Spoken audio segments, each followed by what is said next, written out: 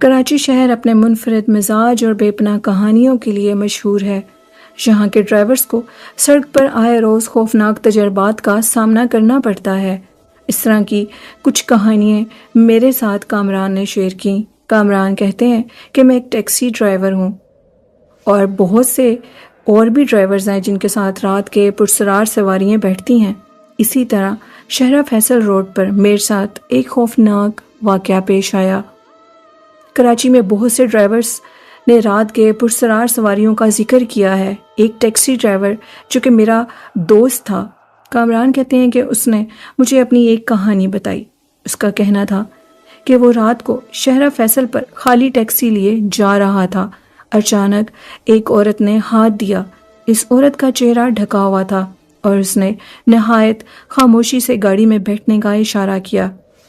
Driver نے اسے بٹھا لیا، اس کے بتائے ہوئے مقام کی طرف لے چلا۔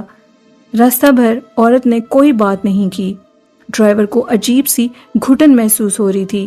جب وہ اپنی منزل تک پہنچی تو اس عورت نے اسے ایک پرانے گھر کے سامنے رکنے کا کہا۔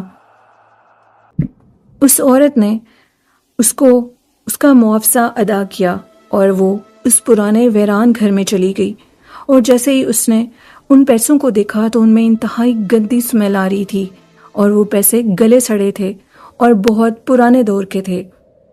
جب ٹیکسی ڈرائیور نے یہ دیکھا تو وہ بہت خوف زدہ ہوا اور وہاں سے بھاگ گیا۔ یہ کامران کہتے ہیں کہ میرے ایک فرینڈ کے ساتھ واقعہ پیش آیا جو کہ ٹیکسی ڈرائیور ہے۔ ان کا کہنا تھا کہ اس نے ایک اور واقعہ بھی مجھے بتایا۔ کراچی کے کچھ پرانے علاقے جیسے گورا قبرستان کے قریب سے گزرنے والے ڈرائیورز اکثر عجیب و غریب واقعات بیان کرتے ہیں۔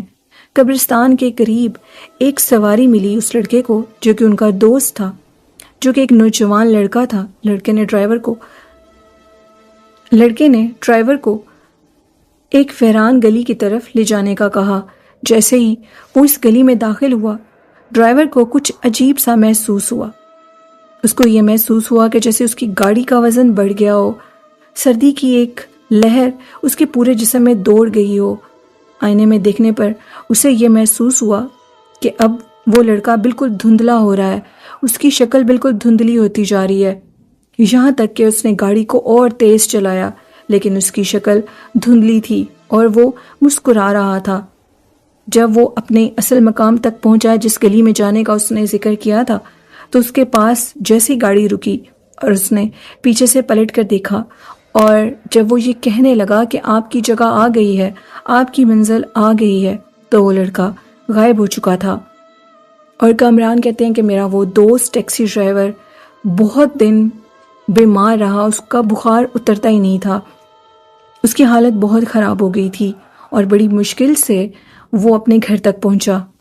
کامران کہتے ہیں کہ یہ سارے واقعات میں نے سنے ہوئے تھے، اس کے باوجود حالات کی تنگی کی وجہ سے مجھے بھی ٹیکسی چلانی تھی، اور اس کی وجہ سے میں نے ایک گاڑی لیز پہ لی اور اس کو چلانے کے لیے میں بھی ایک ٹیکسی ڈرائیور بن گیا، اور میرے ساتھ بھی ایک عجیب خوفناک واقعہ پیش آیا جس واقعے نے میری ساری زندگی بدل کے رکھ دی، اور اس کے بعد میں نے اپنی گاڑی کو سیل آؤٹ کر دیا، اور پھر اس کے بعد کبھی بھی ٹیکسی ڈرائیور بننے کا خواب دل میں نہیں سوچا۔ مجھے میرے کئی دوستوں نے یہ لالچ دی کہ اگر تم ٹیکسی ڈرائیور بنو گے تو تمہارے پاس بہت سے پیسے آئیں گے، اور اسی لالچ میں نے ان کی بات کو سنا اور ایک گاڑی لیز پہ لے لی اور گاڑی چلانے لگا، اور اس میں کوئی شک نہیں تھا کہ واقعی ٹیکسی گاڑی کو چلانے سے بہت زیادہ ارننگ ہوتی ہے۔ رات کا پچھلا پہر تھا اور میں کراچی کی سڑکوں پہ گھوم پھر رہا تھا۔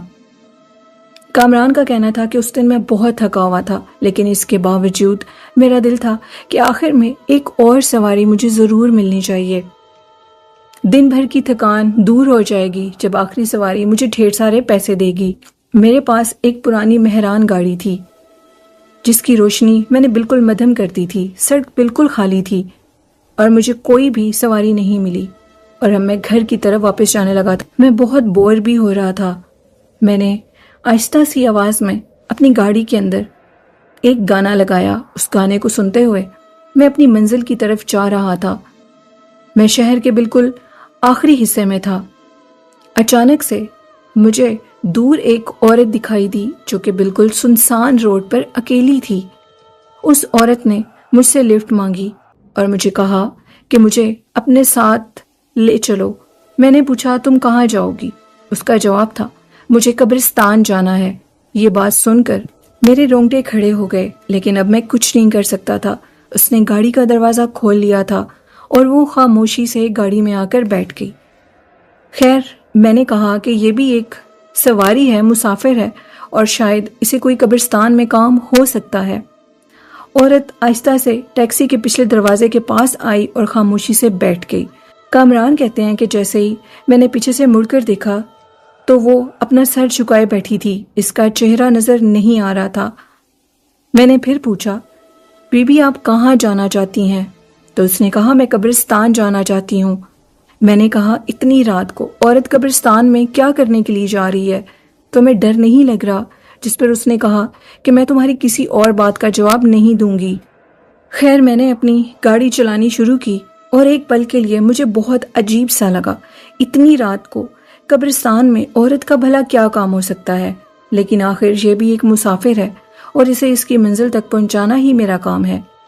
اس نے گاڑی کو قبرستان کی طرف موڑا اور اس سفر کی طرف چل پڑا۔ راستہ مزید سنسان ہوتا جا رہا تھا۔ سڑک کے دونوں طرف گھنے درخت تھے جو رات کے اندھیرے میں مزید خوفناک لگ رہے تھے۔ کامران کو بار بار اپنے اس عورت کو دیکھنے کی کوشش کر رہا تھا، لیکن وہ ایک ہی انداز میں ساکت بیٹھی تھی جیسے کوئی بے جان پتلا ہو۔ اس کے وجود سے ایک عجیب سی ٹھنڈک محسوس ہو رہی تھی جو ٹیکسی کے اندر پھیل رہی تھی۔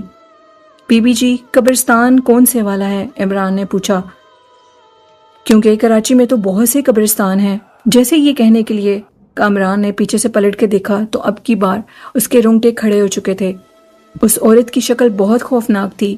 اس کی آنکھیں کسی کھڈے کی طرح اس کی گالوں کے اندر دھسی ہوئی تھیں۔ اس کے ہونٹ کالے پڑ چکے تھے جیسے کوئی صدیوں پرانی لاش ہو۔ عمران نے گھبرا کر نظریں ہٹا لیں۔ اس کی گاڑی کی رفتار اور زیادہ بڑھ گئی اور جلد از جلد اس عورت کو قبرستان کے پاس پہنچانے کے لیے کامران کہتے ہیں کہ میں بے چین ہو چکا تھا۔ میرے ہاتھ کانپ رہے تھے۔ آخر کار وہ قبرستان جس کے پاس اس نے جانا تھا وہ آ گیا اور اس کے پرانے دروازے پر پہنچ کر میں نے اسے پوچھا کہ یہیں اترنا چاہتی ہو؟ جس پر اس کا کہنا تھا کہ نہیں، مجھے اگلے دروازے پر اترنا ہے۔ جس دروازے کا وہ ذکر کر رہی تھی اس کی در و دیوار دور سے ہی نظر آ رہی تھیں، مقبرے کی طرح اونچی دیواریں، گھنے درخت رات کے اندھیرے میں ایک ڈرانا منظر پیش کر رہے تھے، اور وہ اسی قبرستان کے دروازے کے پاس اترنا چاہتی تھی۔ عورت نے کوئی بھی سوال جواب نہیں کیا اور وہ گاڑی سے اتری۔ جب وہ گاڑی سے اتری تو گاڑی کے اندر سے ایک عجیب و غریب گلی سڑی سمیل آنے لگی۔